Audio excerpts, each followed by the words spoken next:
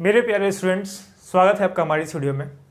बच्चों, आज की इस लेक्चर में हम डिस्कस करने वाले हैं analytical method of vector addition. ये बहुत इंपॉर्टेंट है। आज का लेक्चर वेक्टर की पूरी जितनी भी लेक्चर्स आने वाली हैं उनमें सबसे ज़्यादा इंपॉर्टेंट है, ठीक है। क्योंकि आज की लेक्चर में हम जो रिजल्टेंट है उसकी मैग्नीट्यूड और डायरेक्शन निकालना सीखेंगे, ठीक है। तो अगर आप नीट की तैयारी करते हैं, जेई की तैयारी करते हैं या सिर्फ स्कूल की तैयारी करते हैं, तीनों टाइप के लोगों के लिए आज की वीडियो इंपॉर्टेंट है। लास्ट लेक्चर में हमने graphical method of vector addition discuss किया था। अगर आपने वो वीडियो नहीं देखा है तो यूट्यूब पे जाएं, टाइप करें graphical method of vector addition या फिर vector addition by mister IIT the physics lover, वहाँ से आप स्टडी कर सकते हैं। तो आइए स्टार्ट करते हैं। मेरा नाम निशांत कुमार है और आप मुझे mister IIT the physics lover के नाम से जानते हैं। तो बच्चों, पढ़ना है हमें एनालिटिकल मेथड। कल हम नंबर 1 पढ़ चुके थे ग्राफिकल मेथड। आज हमें नंबर 2 पढ़ना है analytical method of vector addition. Analytical method of vector addition, जैसे कि मैंने आपको बताया, इस मेथड में हम सीखेंगे जो रिजल्टेंट है। रिजल्टेंट को जैसे मैंने कल आप लोगों को बताया था कि ये कोई एक वेक्टर है, ये दूसरा वेक्टर है, तो इनके बीच से एक रिजल्टेंट पास कर रहा था। फिर हमने एक को, इसको मैंने वेक्टर A बोल दिया, इसको मैंने वेक्टर B बोल दिया, इसको वेक्टर R बोल दिया। तो वेक्टर A को वैसे ही रखते हुए हम वेक्टर B को पैरेलल शिफ्ट कर रहे थे और रिजल्टेंट वेक्टर यहाँ पे चला आ रहा था और हम vector R is equal to vector A plus vector B लिख रहे थे। ये कल की वीडियो का समरी है। तो ये जो रिजल्टेंट निकल के आया है वेक्टर R, इस रिजल्टेंट की मैग्नीट्यूड कितनी होगी, इस रिजल्टेंट की डायरेक्शन कितनी होगी, और इस रिजल्टेंट से रिलेटेड या वेक्टर एडिशन में vector A plus vector B है, और जो वेक्टर सब्ट्रैक्शन होता है उसका भी डिस्कस करेंगे। तो वेक्टर एडिशन वेक्टर सब्ट्रैक्शन को मिला करके कुछ हम जेई और नीट लेवल के न्यूमेरिकल्स भी करेंगे, ठीक है। तो हमने कल ये डिस्कस किया था और आज की वीडियो में इस रिजल्टेंट के बारे में हमें डीप में डिस्कस करना है, ठीक है। तो सबसे पहले हम क्या करते हैं, दो वेक्टर्स यहाँ भी ड्रॉ कर लेते हैं। एक वेक्टर ये हो गया, दूसरा वेक्टर ये हो गया। इसको हमने बोला वेक्टर A, इसको बोला वेक्टर B। हमें पता है बीच से एक रिजल्टेंट पास करेगा जिसको हम बोलेंगे वेक्टर R, ठीक है। वेक्टर A और वेक्टर B के बीच का एंगल थीटा ले लिया और वेक्टर A और रिजल्टेंट के बीच का एंगल हमने अपने मन से अल्फा ले लिया। तो इसी चीज़ को अगर हम यहाँ पे ड्रॉ करेंगे तो हमें कुछ इस तरह से दिखेगा।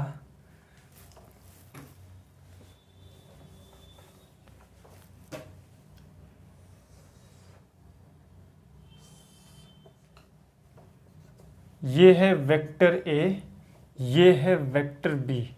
हम इसको डॉटेड लाइन से आगे कंप्लीट कर रहे हैं ताकि एक पैरेललोग्राम मिल जाए हमें। ये एक पैरेललोग्राम मिल गया हमें, ठीक है। फिगर आप थोड़ा अच्छा बना लेंगे। इसमें हम क्या करेंगे, रिजल्टेंट को पैरेललोग्राम का डायगोनल बनाएंगे। और कल हम आप लोगों को parallelogram law of vector addition बताए भी थे, जिसमें जो पैरेललोग्राम का जो डायगोनल होता है वही रिजल्टेंट होता है, ठीक है।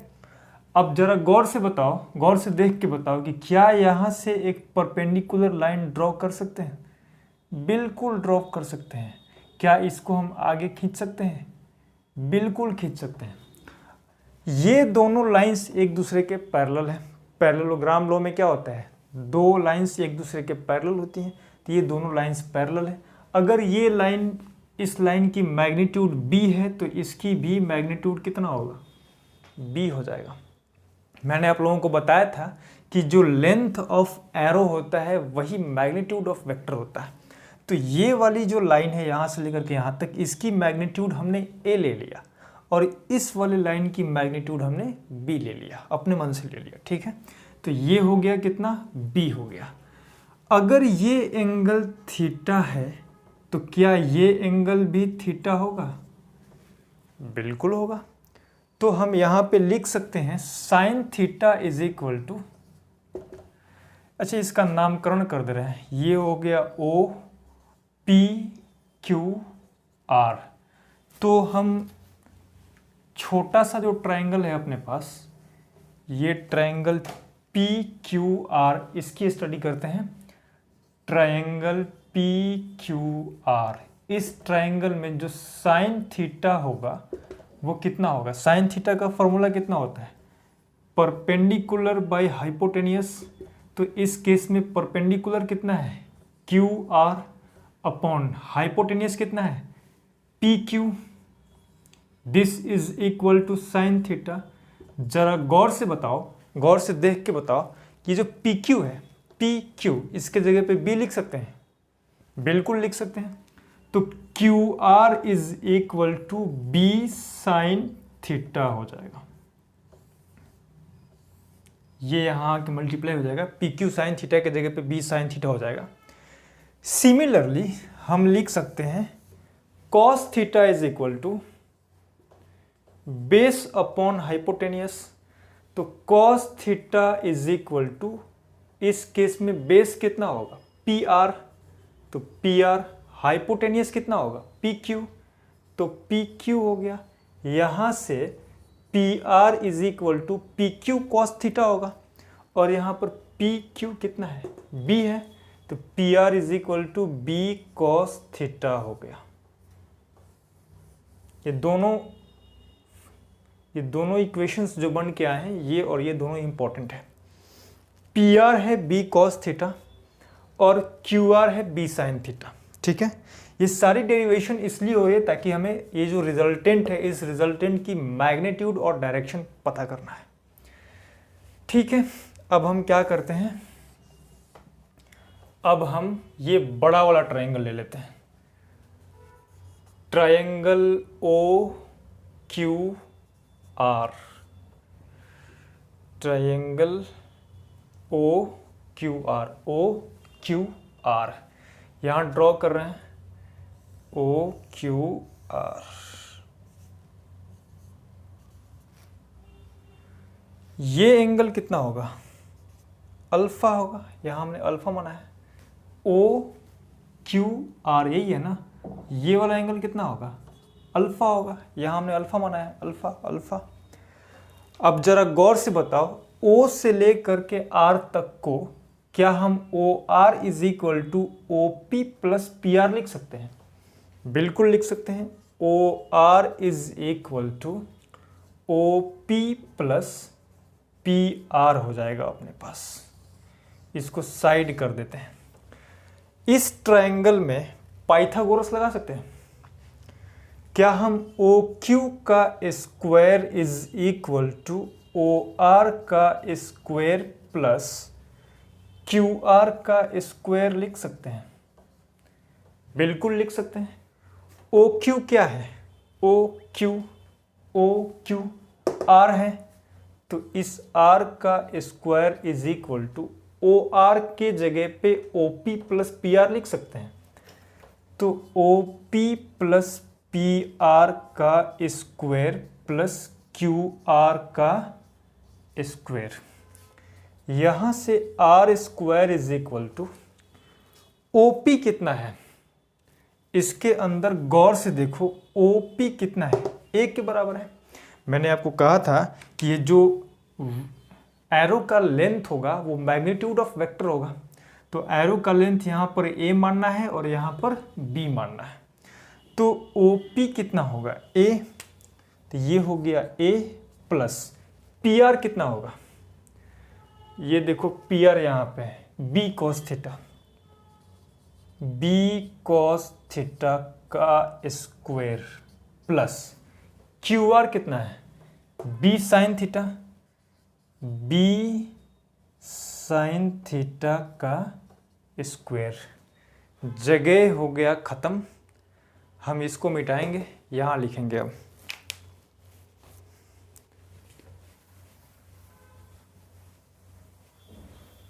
इसे भी मिटा दे रहे हैं।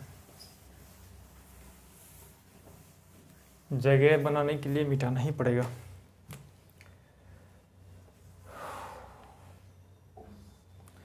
इसी चीज को एक्सटेंड करते हैं तो R square is equal to A plus B cos theta. इसको हम क्या लिख सकते हैं,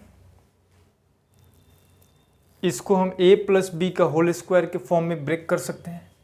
तो A square plus B square cos square theta plus 2ab cos theta plus ये देखो b साइन थीटा है, अब पूरे का स्क्वायर है तो b square sine square theta हो जाएगा। ये जरा देखो यहाँ पे b square cos square theta है और b square sine square theta है। अगर यहाँ से b स्क्वायर कॉमन निकाल दें तो sine square theta plus cos square theta क्या होता है, 1 होता है। तो यहाँ पे R square is equal to A square plus B square common निकला है, बी स्क्वायर 1 लिखने का कोई ज़रूरत नहीं है, प्लस ये बच गया अपने पास 2ab कॉस थीटा। तो आर स्क्वायर, अब आर स्क्वायर के जगह पे हम लिखेंगे R is equal to under root A square plus B square plus 2ab cos theta. ये हो गया रिजल्टेंट का मैग्नीट्यूड। रिजल्टेंट की मैग्नीट्यूड निकालने का जो फॉर्मूला है वो ये हो गया, ठीक है। यहाँ पे मॉड लगा सकते हो, magnitude of resultant. By using this formula we can calculate the magnitude of resultant. अभी मैग्नीट्यूड निकला, अभी डायरेक्शन नहीं निकला है। क्या मेरा कैमरा ठीक से काम कर रहा है? यस, ठीक है। तो अपने पास मैग्नीट्यूड निकल गया। अब हम इसको रब करेंगे और इसको रब करके डायरेक्शन निकालेंगे। तो चलो मिटा रहे हैं इसको, आप इसको पॉज करके, वीडियो को पॉज करके नोट कर लें इसको।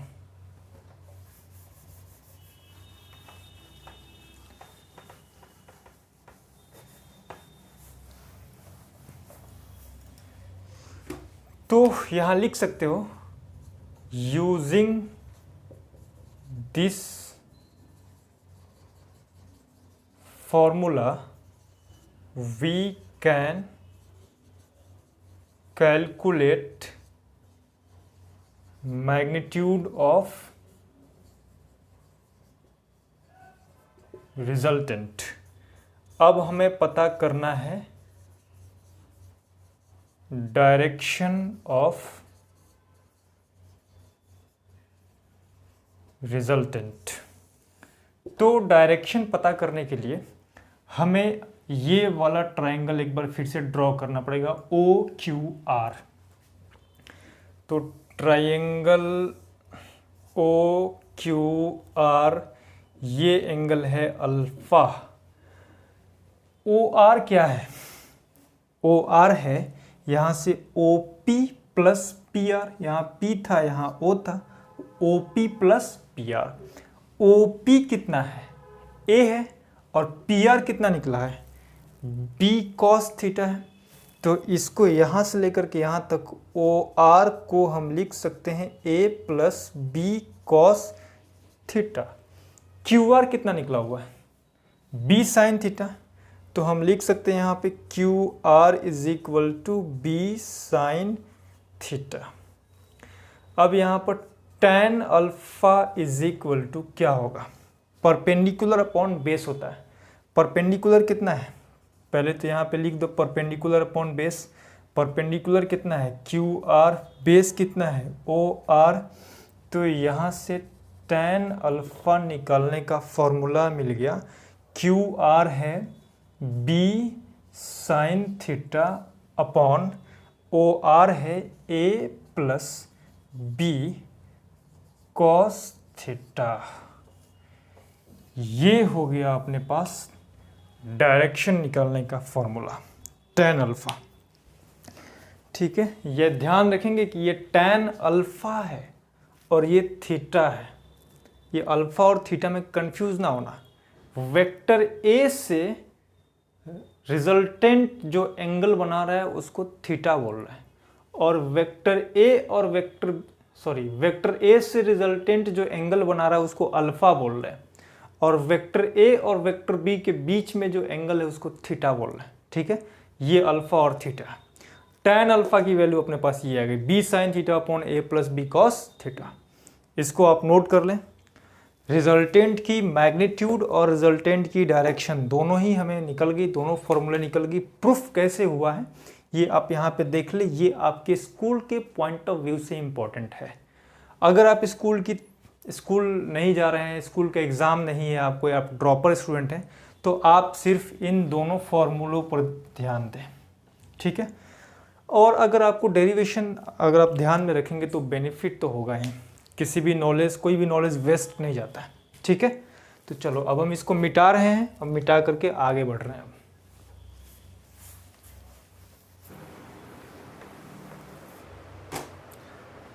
फॉर्मूला यहाँ पे लिख दे रहे हैं। रिजल्टेंट का जो मैग्नीट्यूड निकला है वो है under root A square plus B square plus 2ab cos theta. ये a और b से कंफ्यूज ना होना, a और b दो वेक्टर्स हैं। ठीक है, वेक्टर की मैग्नीट्यूड है यहाँ पे, और यहाँ पर जो tan अल्फा निकला था वो निकला था b sin theta upon a plus b cos theta. ठीक है, चलो इसको साइड कर दे रहे हैं यहाँ पे हम। अब हमें केसेस स्टडी करना है, 3 केसेस आएंगे यहाँ पे। Case number 1, if theta is equal to 0 degree, यानी कि दो वेक्टर्स एक दूसरे के पैरेलल हैं, ये वेक्टर ए, ये वेक्टर बी। ठीक है, तो अगर थीटा 0 डिग्री आएगा तो रिजल्टेंट का मैग्नीट्यूड कितना होगा? Under root A square plus B square plus 2ab cos 0 degree. तो r का मैग्नीट्यूड हो गया under root A square plus B square plus cos 0 कितना होता है? 1 होता है, तो ये हो गया 2ab। ठीक है, तो रिजल्टेंट का मैग्नीट्यूड कितना होगा? अंडर रूट ए प्लस बी का होल स्क्वायर लिख सकते हैं, तो रिजल्टेंट कितना होगा? ए प्लस बी होगा। ये रिजल्टेंट का मैग्नीट्यूड हो गया। अब हमें रिजल्टेंट का डायरेक्शन पता करना है। ठीक है, थीटा 0 डिग्री होने पे, अगर थीटा 0 डिग्री है तो जो रिजल्टेंट का मैग्नीट्यूड होगा वो दोनों वेक्टर्स का सिंपल ऐड हो जाएगा। देखो यहाँ पे ए प्लस बी निकल गया। अब हमें डायरेक्शन पता करना है, तो tan alpha is equal to कितना होगा? b sin theta upon a plus B cos theta होता है। तो tan alpha is equal to sine 0 कितना होता है? 0 होता है, तो ये पूरा का पूरा वैल्यू 0 हो गया, यानी कि alpha is equal to 0 degree निकल के आ गया। तो जब दो वेक्टर्स एक दूसरे के पैरेलल हैं तो रिजल्टेंट कहाँ होगा?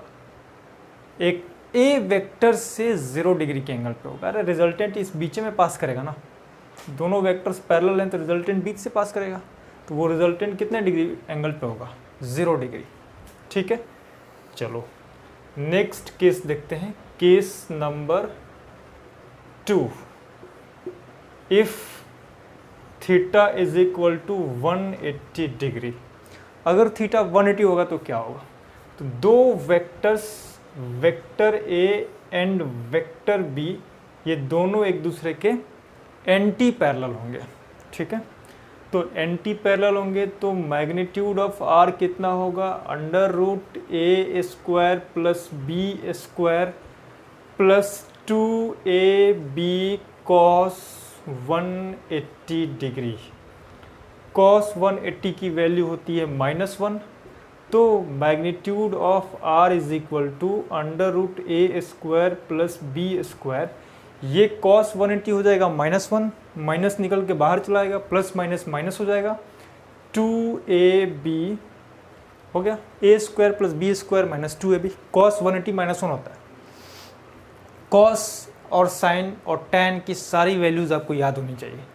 विदाउट याद आप क्वेश्चन नहीं कर पाओगे, फिजिक्स में फंस जाओगे। ठीक है, तो हर जगह आपको हिंट नहीं मिलेगा। तो यहाँ तो मैं आपको बता दे रहा हूँ, पर एग्ज़ाम में जब आप जाओगे तो आपको एग्ज़ाम में तो tan 180 का वैल्यू आपको पता होना चाहिए, -1 होता है। इसके लिए मैंने ट्रिग्नोमेट्री की 2 वीडियोज़ यूट्यूब पे बना रखे हैं, ठीक है। आप वहाँ से जा करके स्टडी कर सकते हैं। आप यूट्यूब पर टाइप करेंगे trigonometry by mister IIT the physics lover, वहाँ से आपको पूरी ट्रिग्नोमेट्री मिल जाएगी, ठीक है। बेसिक मैथमेटिक्स के अंदर आता है, मैंने बना रखा है उसको। यहाँ पे मैग्नीट्यूड ऑफ r कितना होगा, √a - b का होल स्क्वायर। तो r का मैग्नीट्यूड कितना मिल गया, a - b मिल गया, ठीक है। तो अगर दो वेक्टर्स एक दूसरे के एंटी पैरेलल हैं तो उनका जो रिजल्टेंट का मैग्नीट्यूड होगा वो a - b होगा। पैरेलल में a + b आ रहा है, एंटी पैरेलल में a - b आएगा। अगर हम एंगल की बात करें तो tan alpha = b sin theta upon a + b cos theta. Sine theta के जगह पे sin 180 डालोगे, sin 180 कितना होता है, 0 होता है। तो tan अल्फा हो गया 0, तो अल्फा = कितना निकल गया, 0 डिग्री। तो अगेन जो रिजल्टेंट होगा वो वेक्टर a से 0 डिग्री के एंगल पर होगा, ठीक है। ये ध्यान रखेंगे आप। यहाँ भी 0 डिग्री आ रहा था, यहाँ भी 0 डिग्री आ रहा है। क्यों? क्योंकि sin 0 0 होता है और sin 180 भी 0 होता है। यहाँ पे 180, थीटा की वैल्यू 180 पुट करते ही 0 हो जाएगा। तो 0 अपॉन समथिंग क्या होता है, 0। ये आ गया एंगल 0 डिग्री। इसे आप लिख लें। इससे हमें क्या मालूम चला, यहाँ पे a + b हो गया और यहाँ पर a - b हो गया। तो रिजल्टेंट की जो वैल्यू होगी वो हमेशा a - b से लेकर के a + b तक होगी। देख रहे हैं आप, a - b से लेकर के a + b तक होगी। चीज़ आप ध्यान रखेंगे। चलो नेक्स्ट केस डिस्कस करते हैं, case number 3। If theta = 90 degree.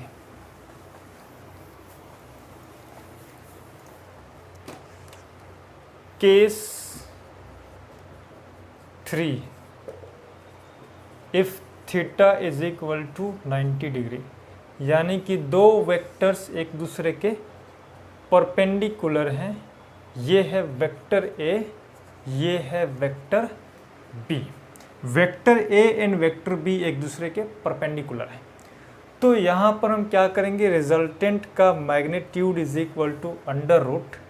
√a² + b² + 2ab cos 90 degree.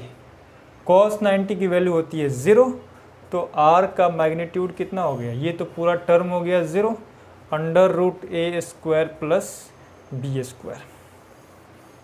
इतना हो गया रिजल्टेंट का मैग्नीट्यूड। अब रिजल्टेंट का डायरेक्शन पता करना है। तो tan अल्फा = इस फॉर्मूले में वैल्यू पुट कर देते हैं, b sin theta upon a + b cos theta.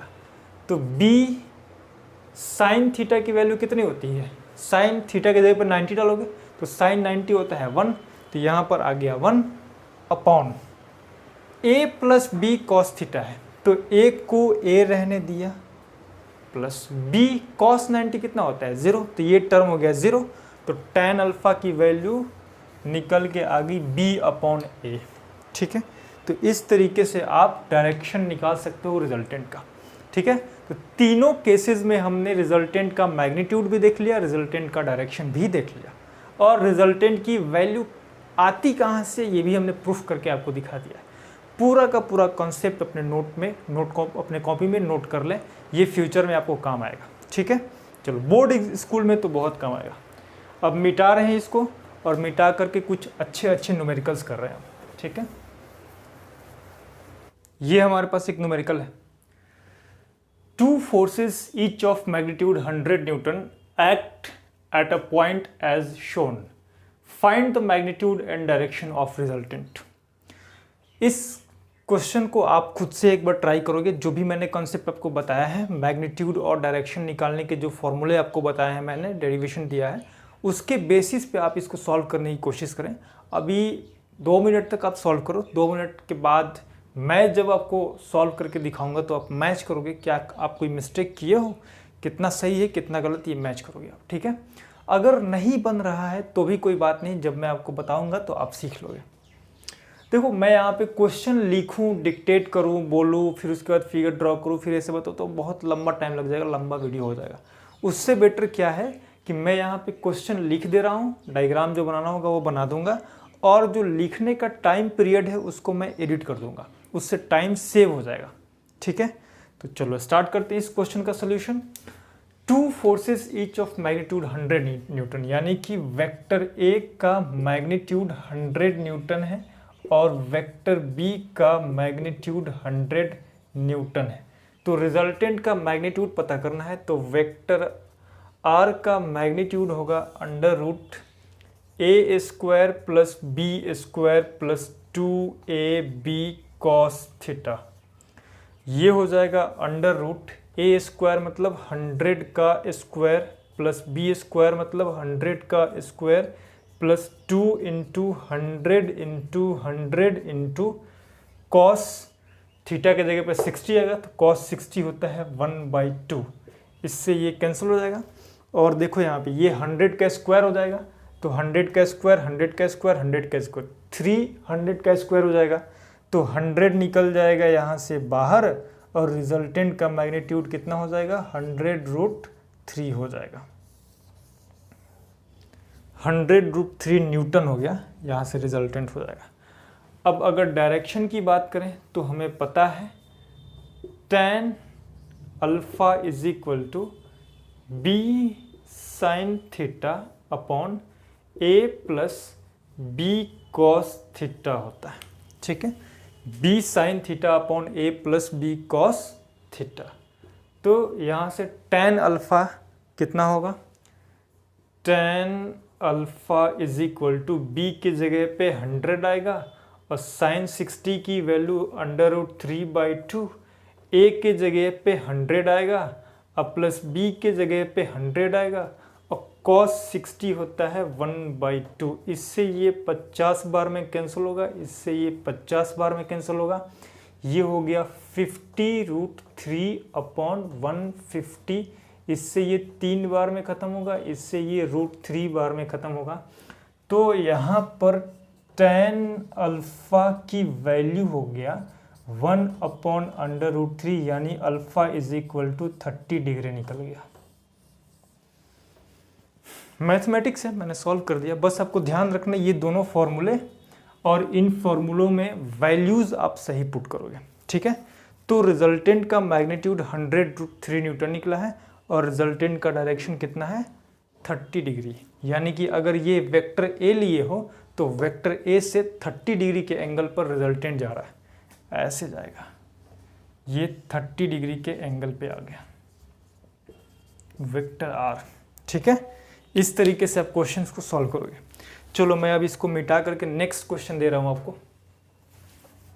बच्चों ये एक नया क्वेश्चन दिया हुआ है, कह रहा है कि magnitude of A plus B is equal to magnitude of A plus magnitude of B, then angle between A and B is.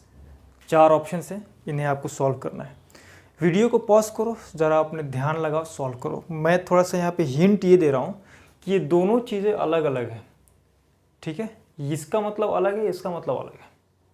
अब ज़रा ट्राई कर लो, अपना दिमाग लगा लो, फिर 2 मिनट के बाद मैं जब सॉल्व करूँगा तो आप वहाँ से देखोगे, जो मिस्टेक होगा उसको सुधारोगे। बिल्कुल भी नहीं बन रहा है तो कैसे सॉल्व करना है उसको सीखोगे। ठीक है, तो सॉल्व कर लिए हो, आओ मैं स्टार्ट कर रहा हूँ। देखो vector R is equal to vector A plus vector B होता है, ये तो हम कल से पढ़ते आ रहे हैं। ठीक है, तो अगर आर की मैग्नीट्यूड निकालना है तो इन दोनों की मैग्नीट्यूड ऐसे निकालेंगे। Vector R is equal to formula होता है ना एक रिजल्टेंट का मैग्नीट्यूड निकालने का, तो जब रिजल्टेंट का मैग्नीट्यूड करोगे तो ए प्लस बी का मैग्नीट्यूड हो जाएगा। अलग अलग ए और बी का मैग्नीट्यूड नहीं होगा, साथ में इसका मैग्नीट्यूड होगा। और इसका फॉर्मूला क्या होता है, under root A square plus B square plus 2ab cos theta होता है। ठीक है, और कह रहा है कि a प्लस बी का मैग्नीट्यूड इक्वल है magnitude of a plus magnitude of B. तो इसको हम इक्वल कर दे रहे हैं magnitude of A plus magnitude of B के।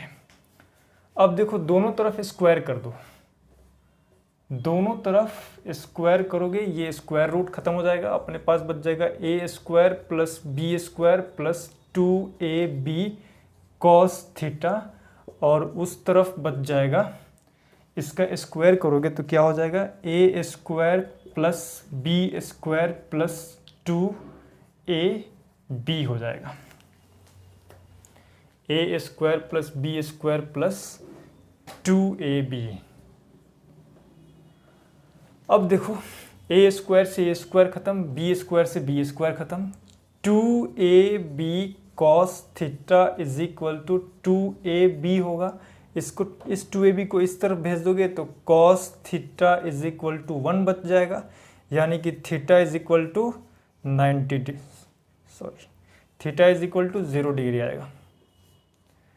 cos 0 1 होता है और cos 91 sin 91 होता है।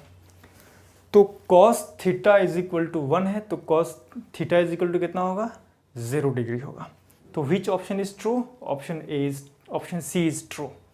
ठीक है, इस तरीके से दिमाग लगा के सॉल्व करना। ये कंसेप्चुअल क्वेश्चन है जो मैंने इसके पहले क्वेश्चन कराया था, और ये वाला क्वेश्चन ये हर कोचिंग के पैकेज में दिया रहता है, पॉपुलर क्वेश्चन है ये। ठीक है, इस टाइप के इस बेसिस पे आपको बहुत सारे क्वेश्चंस मिलेंगे। ठीक है, चलो मेरा काम है आपको अच्छे अच्छे चुनिंदे क्वेश्चन कराना और कॉन्सेप्ट क्लियर कर देना।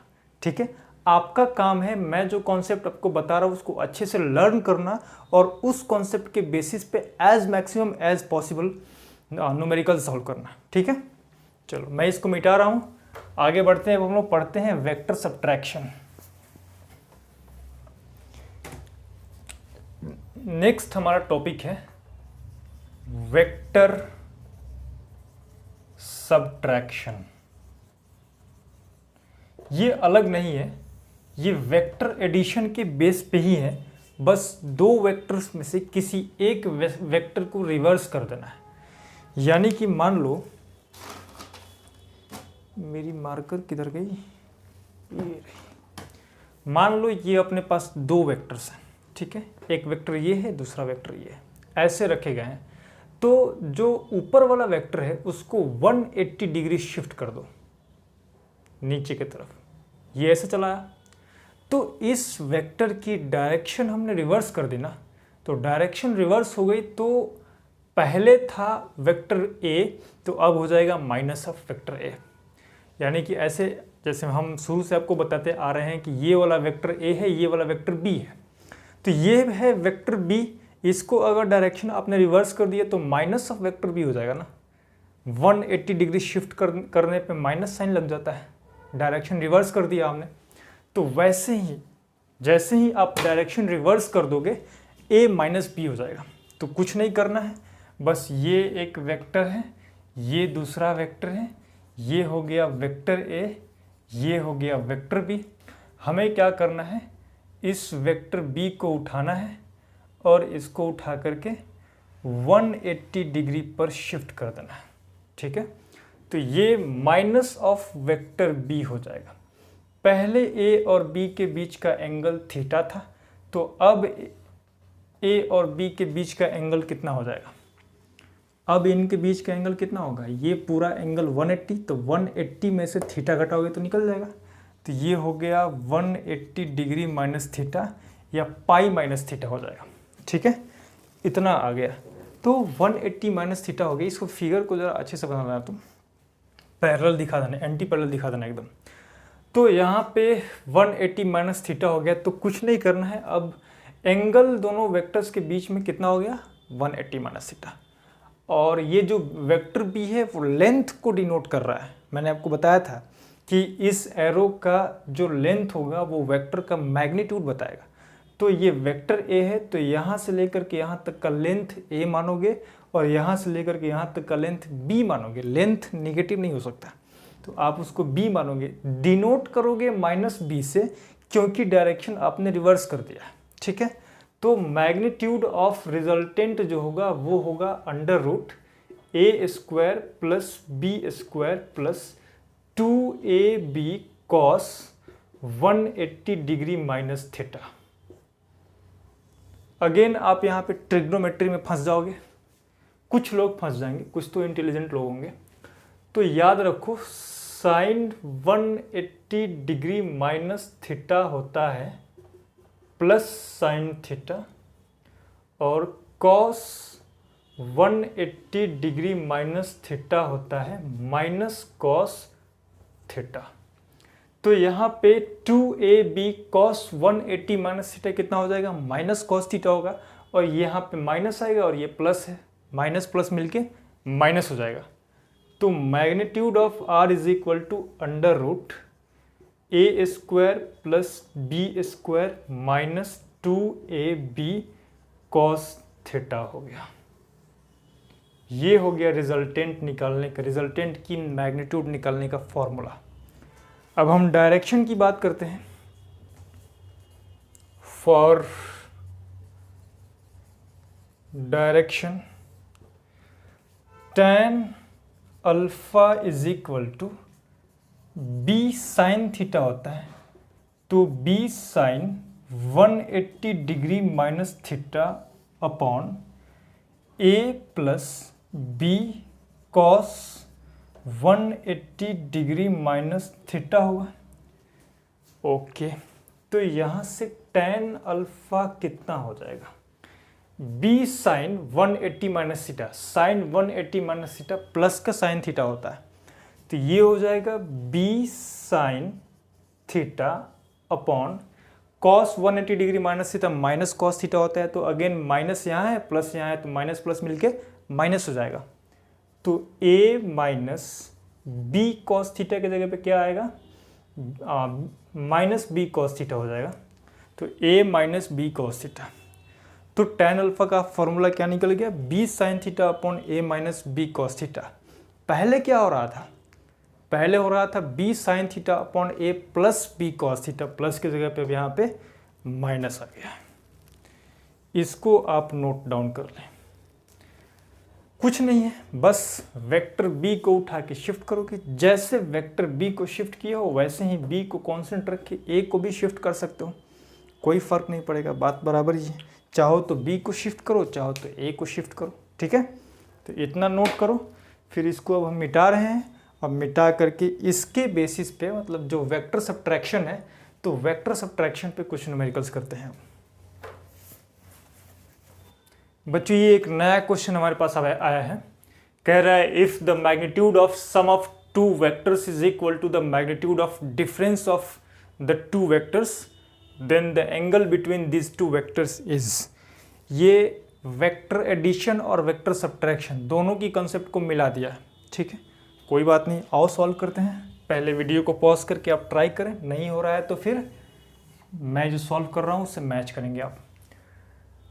कह रहा है if the magnitude of sum of two vectors, यानी कि vector a plus vector b का magnitude is equal to the magnitude of difference of the two vectors, this is equal to vector a minus vector b का magnitude, then angle between this two vectors is. Angle पता करना है, बहुत आसान है।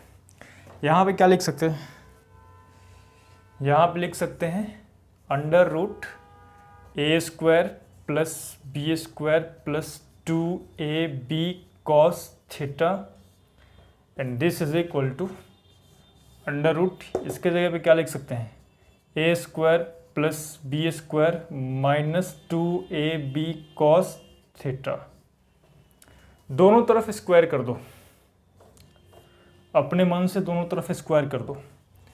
ए square plus B square plus 2ab cos theta बच गया, this is equal to A square plus B square minus 2ab cos theta बच गया। ए स्क्वायर से ए स्क्वायर कैंसिल हुआ, बी स्क्वायर से बी स्क्वायर कैंसिल हुआ। इसको लेकर के लेफ्ट में चले आओ, तो 4ab cos theta is equal to 0, तो cos theta is equal to 0, तो theta is equal to 90 degree होगा। ये तो पूरा मैथमेटिक्स है, बस ये दोनों पॉइंट्स आपको पकड़ लेना है कि यहाँ पे कह क्या रहा है, दोनों की सम की मैग्नीट्यूड बोल रहा है, अलग अलग नहीं।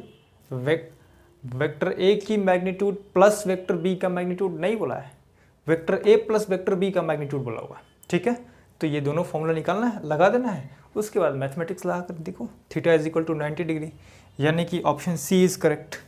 इस तरह के क्वेश्चंस आते हैं, जनरली आ सकते हैं आपके भी एग्जाम में। ठीक है, इसको नोट डाउन करें, हम इसको मिटा करके अब नेक्स्ट क्वेश्चन करते हैं। तो बच्चों ये नया क्वेश्चन हमारे सामने आया है। ये क्वेश्चन कह रहा है if magnitude of vector A is equal to magnitude of vector B and angle between these two vectors is 60 degree, then magnitude of A plus B upon magnitude of A minus B is.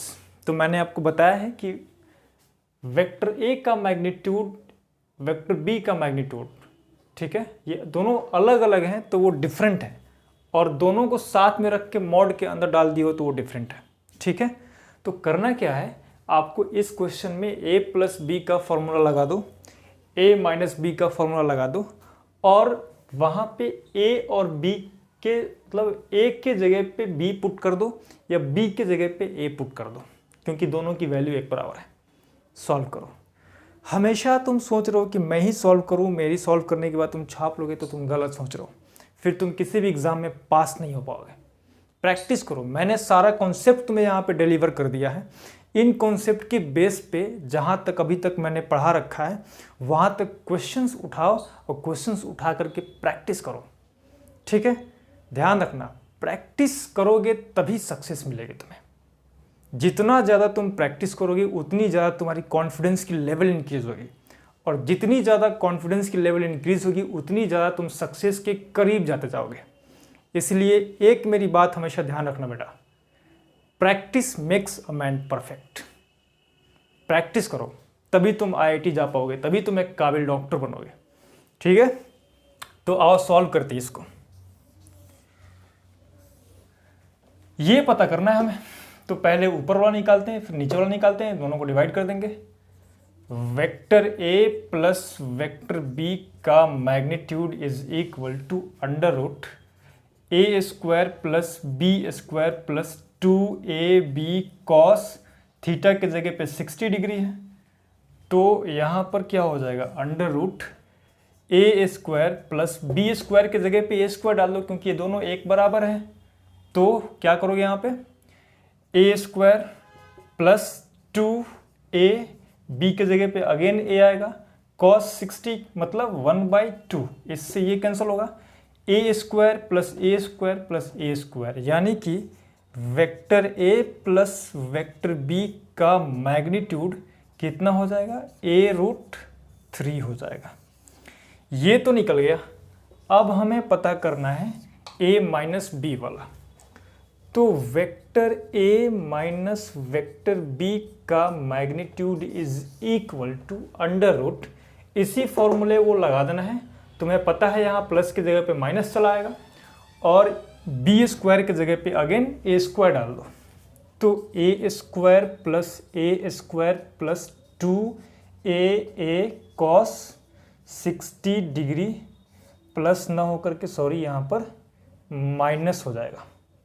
और cos 60 का value कितना होता है, 1/2, तो again यहाँ पे हो जाएगा under root A square plus A square minus 2a square into 1/2, इससे ये कैंसिल हो जाएगा, और A square plus A square हो जाएगा 2a स्क्वायर, और उसमें से एक a स्क्वायर घट जाएगा तो a स्क्वायर, और a स्क्वायर इस ब्रैकेट से बाहर निकलेगा तो कितना हो जाएगा, a हो जाएगा। यानी कि vector a minus vector b का मैग्नीट्यूड कितना है, a है। अब इन दोनों को डिवाइड कर दो यहाँ पे, vector a plus vector b का magnitude upon vector a minus vector b का magnitude, this is equal to a√3 upon a से a खत्म, ये कितना आएगा, अंडर रूट 3 आंसर आ गया। कौन सा ऑप्शन है, option B is correct, under root 3। तो इस तरीके से आप क्वेश्चन को सॉल्व करोगे। ठीक है, आज मैंने आपको जितना भी कॉन्सेप्ट बताया है उस कॉन्सेप्ट के बेसिस पे जो भी स्टैंडर्ड बुक या किसी इंस्टीट्यूट की पैकेज आप फॉलो करते हैं उससे क्वेश्चंस को सॉल्व करने की कोशिश कीजिएगा।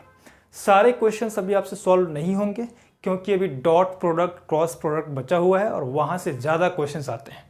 ठीक है, फिर भी मैंने आपको जितना अभी तक बताया है उसके बेसिस पे कहीं क्वेश्चन आता है तो आप उसको सॉल्व करने की कोशिश करेंगे। आज के लिए इतना काफ़ी है, बाकी हम नेक्स्ट क्लास में पढ़ेंगे। मन लगा करके पढ़ते रहें। All the very best.